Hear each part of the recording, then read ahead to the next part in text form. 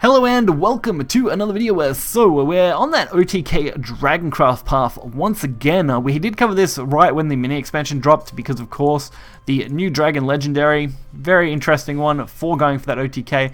Only really viable in Unlimited unfortunately, with the of course Phoenix Roost Zeal combo as one of the better ways to do it, as that just kind of works really well. And honestly, I was quite happy with the performance of this variation of the deck. I think people have got the consistency down. That's all we were really waiting on, was some more testing and some more plays from some high-level Dragon players to really whittle down what the Unlimited variant should look like, and I think they've hit the nail on the head with this one, so we're going to get right into this and check it out.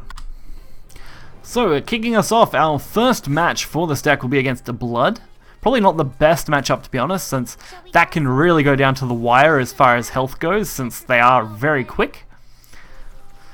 But the biggest thing about this deck is its RNG focus. So overall, you're trying to mitigate that RNG as much as you can with draw cards like Pure-Hearted Singer, any other kind of draw spell that you can get, trying to get the exact cards you need for when you need them and as quickly as possible.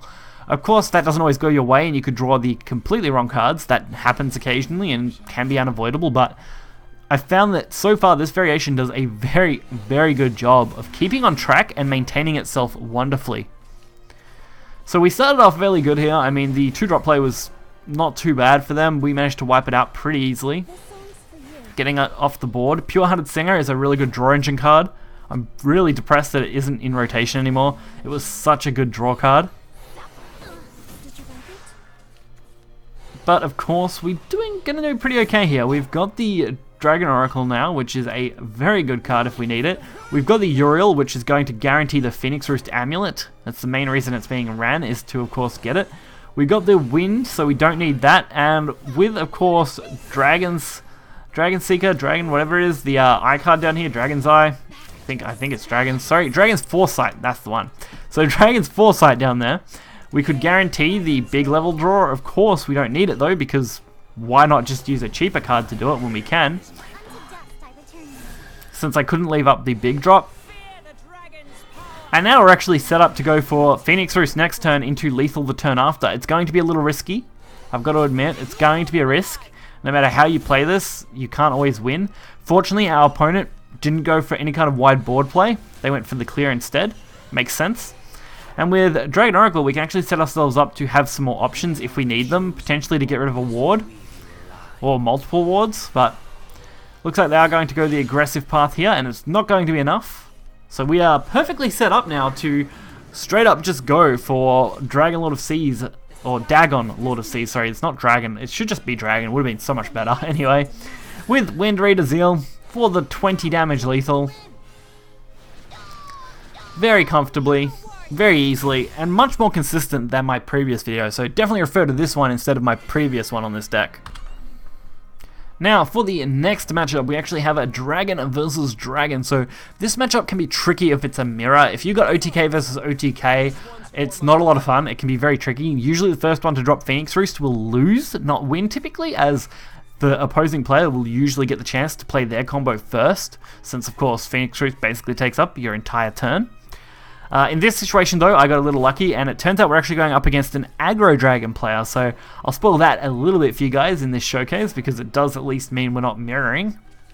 And we got a good turn 2 play with the Dragon Oracle, and our opponent having no turn 1 definitely helps us out, since now we can go for Uriel on 4 if we don't get another play.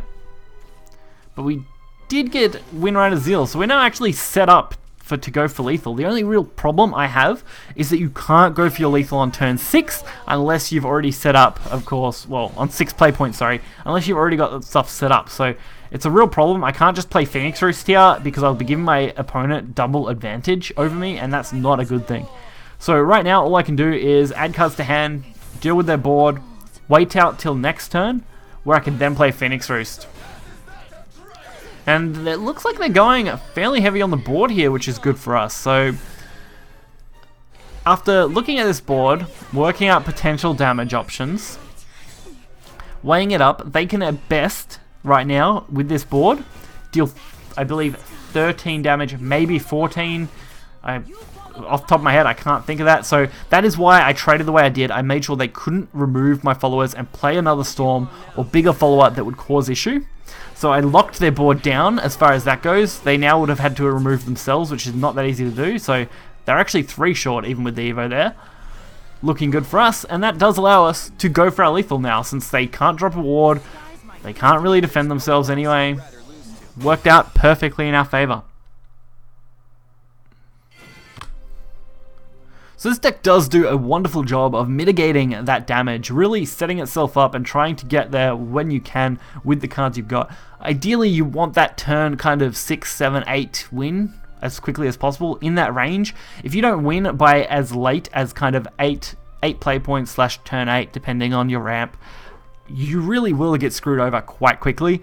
Your opponent can really dominate you, especially in those Blood and Rune matches. That can really become quite difficult, especially if you've already dropped Phoenix Roost early. You really want to drop Phoenix Roost as soon as you know you can set up lethal next turn. It does give your opponent a chance to counter with wards or other followers, but really, if you can get it down, you're usually going to win. You know, you got Zeal here, which does take out a ward. This fellow here can actually attack 3 times per turn, so you can potentially take out another ward and then go face twice. So you've got some decent odd of clearing at least 2 wards and still being able to go for lethal. So really, it does a wonderful job just being an OTK deck, and that is really good to see now that it's been refined to really good cards and really good ways to take things out. So if you guys are interested in checking this deck out, of course, you'll find the link in the description below. It is a very good, strong deck, cheap as well. Again, another cheap unlimited deck that does a wonderful job. So hit like button, subscribe. Until next time, guys. See ya.